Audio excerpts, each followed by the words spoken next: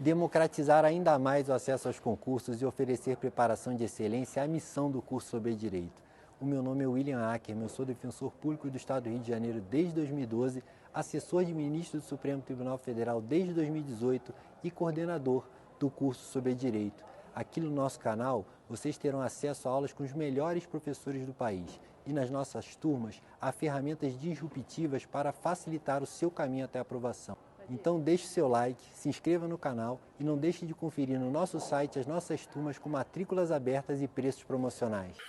Eu queria agora tratar de um segundo tema ligado também ao pacote anticrime. É o tema de arquivamento do inquérito policial.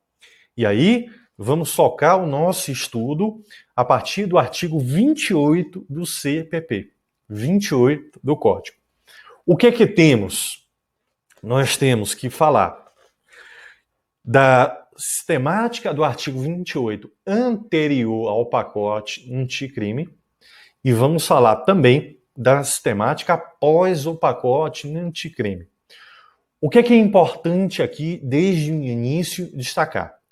O 28, pós-pacote anticrime, também tem sua eficácia suspensa por decisão do ministro Fux, nas ADIs.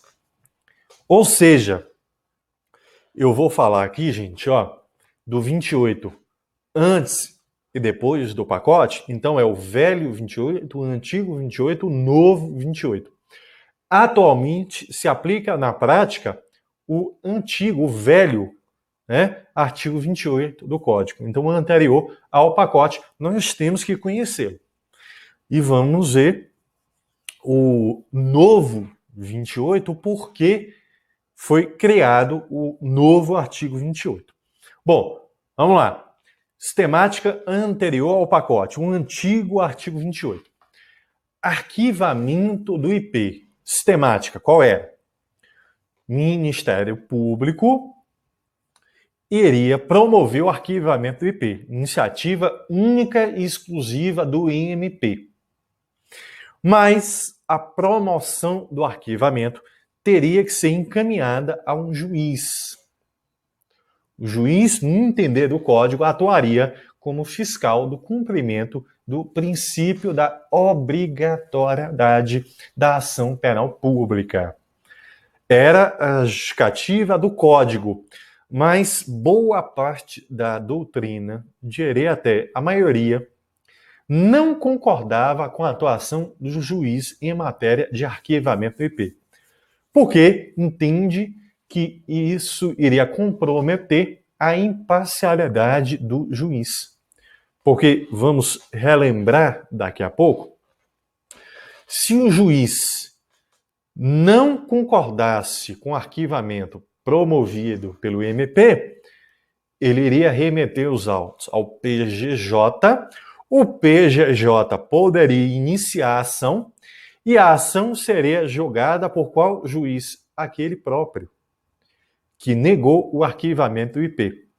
Então, a doutrina entendia que ele já entrava na ação penal um tanto quanto parcial.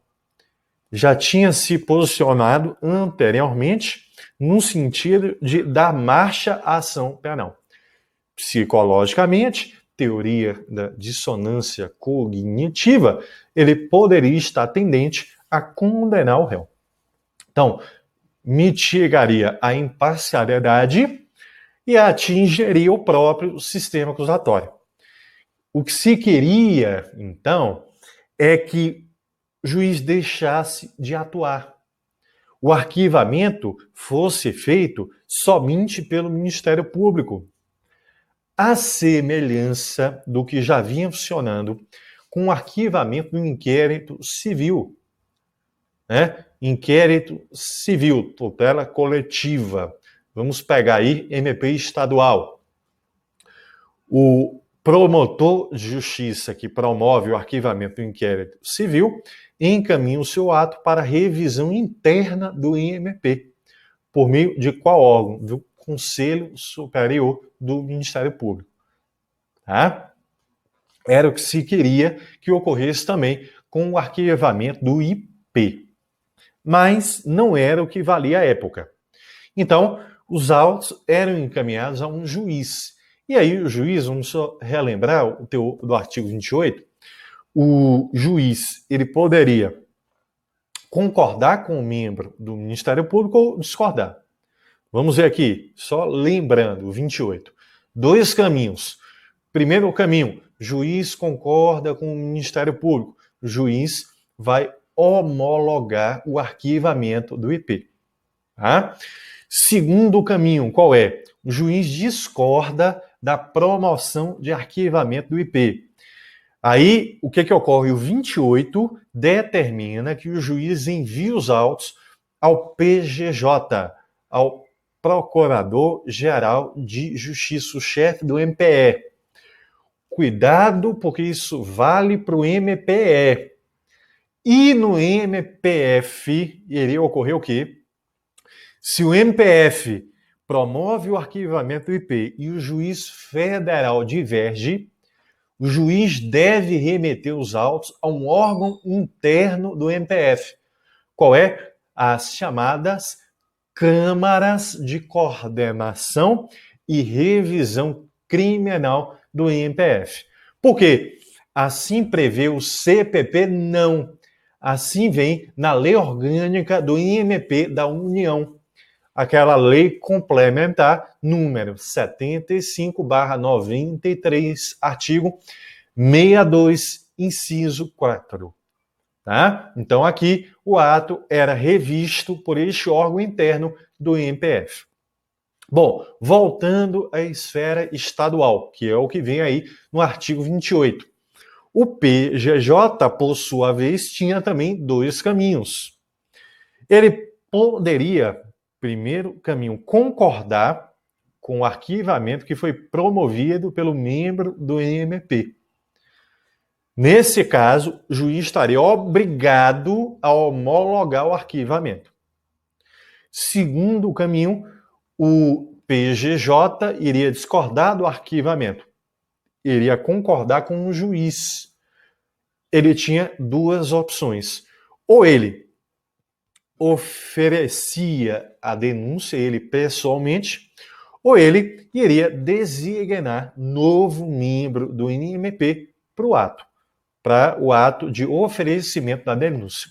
E esse novo membro do INMP, de fato, destacando aqui, teria que ser um novo agente ministerial, em respeito à independência funcional, para que então fosse respeitada, observada a posição do membro do Ministério Público anterior que promoveu o arquivamento.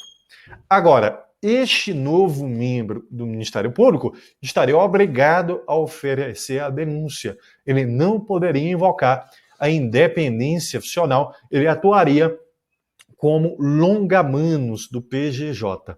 Atuaria por delegação, não é em nome próprio, é em nome do PGJ, em nome da própria instituição.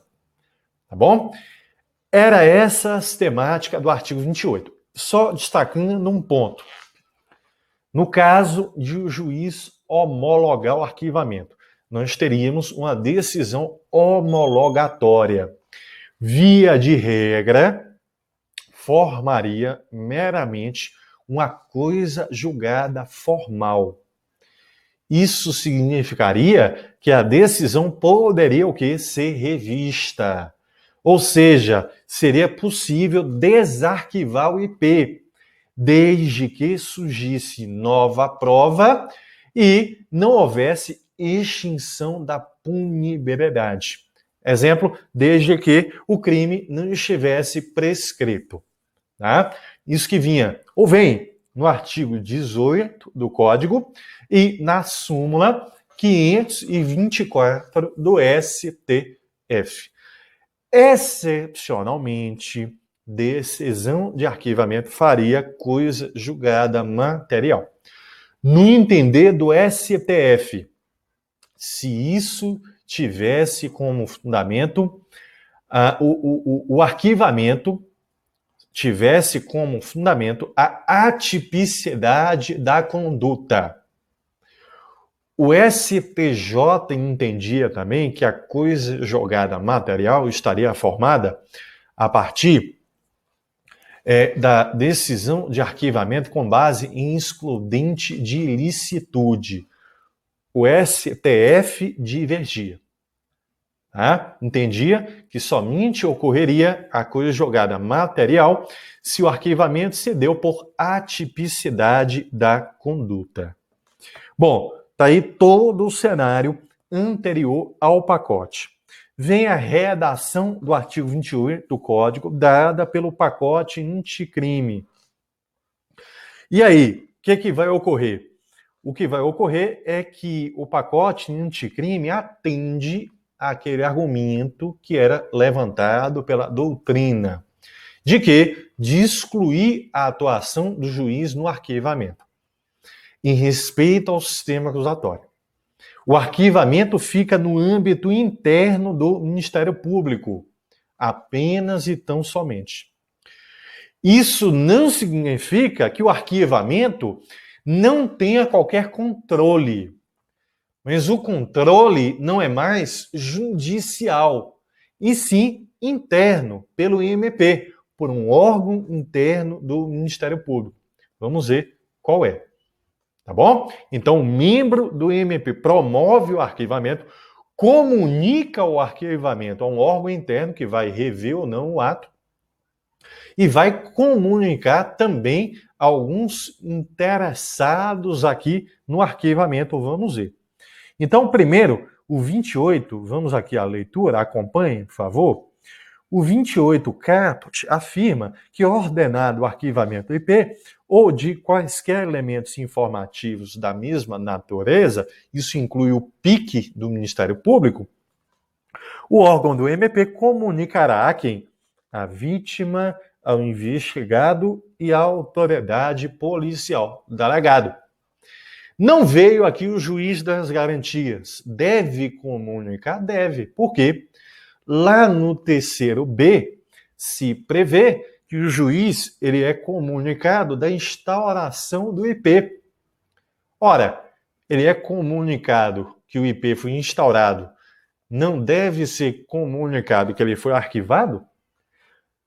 A comunicação aqui tem mero objetivo de ciência, não é de controle do ato. Mas para além da lei, deve ocorrer. Seguindo, e encaminhará os autos para a instância de revisão ministerial, para fins de homologação na forma da lei. E aqui fica a discussão. Qual é a instância de revisão ministerial? No âmbito do MPF, não tem dúvida nenhuma, são as câmaras de coordenação e revisão criminal. Isso não muda. Discussão existe no MPE.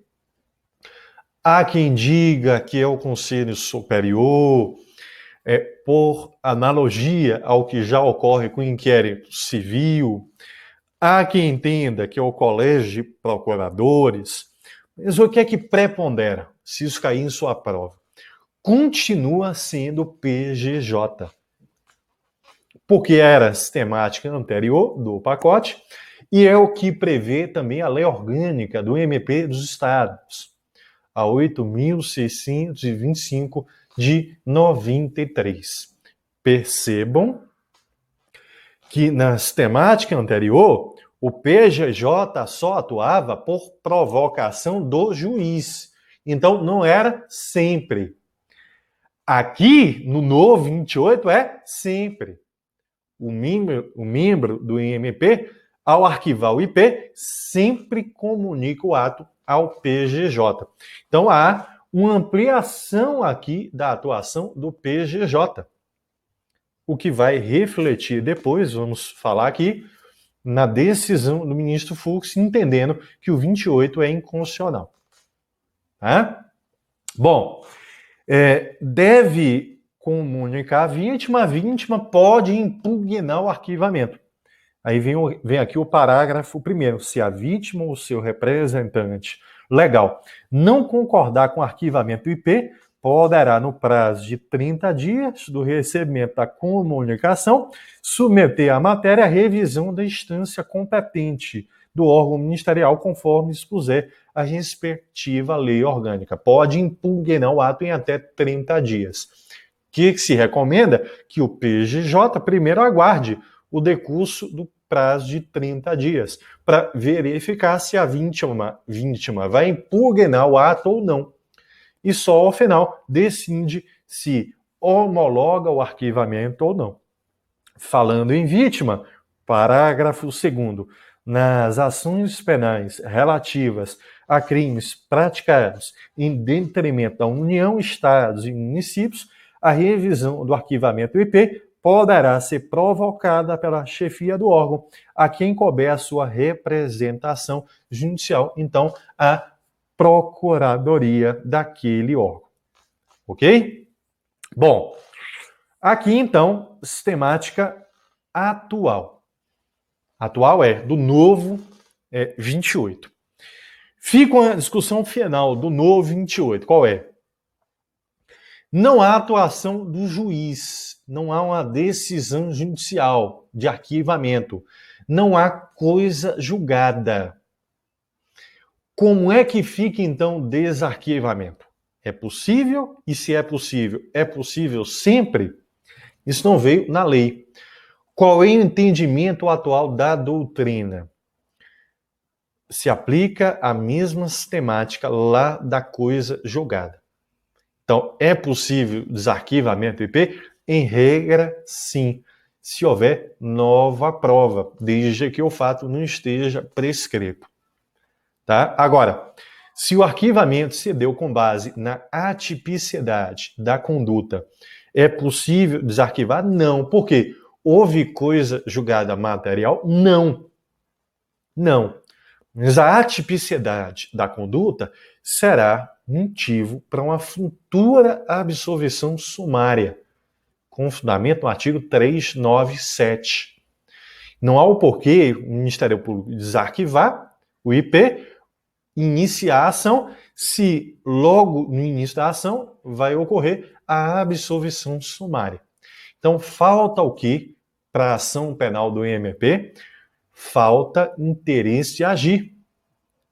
Então, por ausência de interesse de agir, não se permite o desarquivamento do IP, o oferecimento da denúncia. Excludente de ilicitude, vamos entrar naquela discussão. STJ entende que não dá para desarquivar. STF, que é o que deve valer, sigam para a prova, entende que é possível, sim, desarquivar. Para concluir arquivamento, e aí, 2 pontos finais, o STF, já falei, decisão do ministro Fux, entendeu que o artigo 28, com o pacote anticrime, é inconstitucional. E aí, vício formal e vício material. Não houve dotação orçamentária para implementar o 28, o que é imposto pelo ADCT. Isso vai gerar um grande impacto ao Ministério Público, não estaria pronto, estruturado para isso. O PGJ iria atuar em todos os casos de arquivamento, não apenas quando o juízo provocasse. Tá? Então, o 28 está com eficácia suspensa, vale o 28 anterior. Falando do 28 anterior, eu queria destacar aqui 3 espécies de arquivamento: o implícito, o indireto e o originário. Bem rápido, que o nosso tempo já está aqui caminhando para o fim. Bom, primeiro, o arquivamento implícito. O que é? Ele não existe. Ele não é aceito, ele não é adotado. O arquivamento, ele é sempre expresso, sempre. Haveria arquivamento implícito se fosse admitido, existiria quando? Exemplo para a gente entender. Olha, o inquérito apurou 2 fatos, A e B. 2 agentes, C e D. O Ministério Público, em denúncia, narrou um fato, A, imputou a um agente, C, excluiu o segundo fato, excluiu o segundo agente. Pode, pode. Agora, a simples exclusão da denúncia de fato e o agente investigado no IP significa que o Ministério Público quis o arquivamento para o fato e o agente? Não. Haveria um arquivamento implícito? Não. O arquivamento é expresso. O que deve ocorrer aí? O juiz devolve os autos ao membro do Ministério Público para que fale algo sobre o fato e o agente excluído. Tá? E fale em sua cota ministerial. Deve apontar algum requerimento. Olha, para o fato eu quero arquivamento, para o agente eu quero um complemento da investigação. Não há arquivamento implícito, que seria o objetivo ligado a fato ou subjetivo ligado a agente. Arquivamento indireto. Esse é bem importante. Também vamos falar a partir de um exemplo. Eu tenho aqui o meu tempo, eu estou com o reloginho aqui, eu tenho mais ou menos aí 10 minutos. Gente, se eu passar um pouquinho aqui, é só para a gente fechar o assunto, porque tem um terceiro tema aqui na aula, que é um tema bem rápido. 10 minutos, no máximo, eu falo. Mas vamos ver o arquivamento indireto, que é bem importante. Exemplo, vamos supor que um membro do Ministério Público, um promotor A, ele atue no júri. O júri recebeu os autos de um IP. O IP apurava o crime de latrocínio, que não é de competência do júri. O juiz do júri abriu vista dos autos ao promotor A, que entendeu que o júri não tinha competência para atuar no caso, logo ele, promotor, não tinha o quê? Atribuições para atuar no caso. O que ele faz? Ele vai requerer ao juiz do júri que remeta os autos a um juízo criminal comum singular. Aí vamos ver, vamos traçar aqui o caminho. Se o juiz do júri concorda com o pedido e remete os autos do IP ao juiz da vara criminal comum, o que é que vai ocorrer? Vai ocorrer o arquivamento indireto. Ele é indireto por quê? Porque ele ocorreu no juízo em que originariamente tramitava o IP, e só nele. No novo juízo, no meu exemplo, no juízo criminal singular, o IP continua tramitando normalmente. Então há aqui um arquivamento indireto. Tá bom? Mas vamos tratar agora de problemas. Primeiro, se o juiz do júri negar o pedido do promotor A, e aí ele invoca o artigo 28, ele remete os autos ao PGJ, né? Porque, de certa forma, isso traz um pedido também de arquivamento, ao menos para aquele juízo. Segundo problema, juiz do júri concordou, remeteu os autos ao seu colega da vara criminal comum, que, no entanto, discordou do juiz do júri. O que há aqui? Um conflito negativo de competência. Qual órgão julga? Se são juízes do mesmo tribunal, julga aquele tribunal. Se são juízes de tribunais diferentes, julga o STJ. Terceiro e último problema.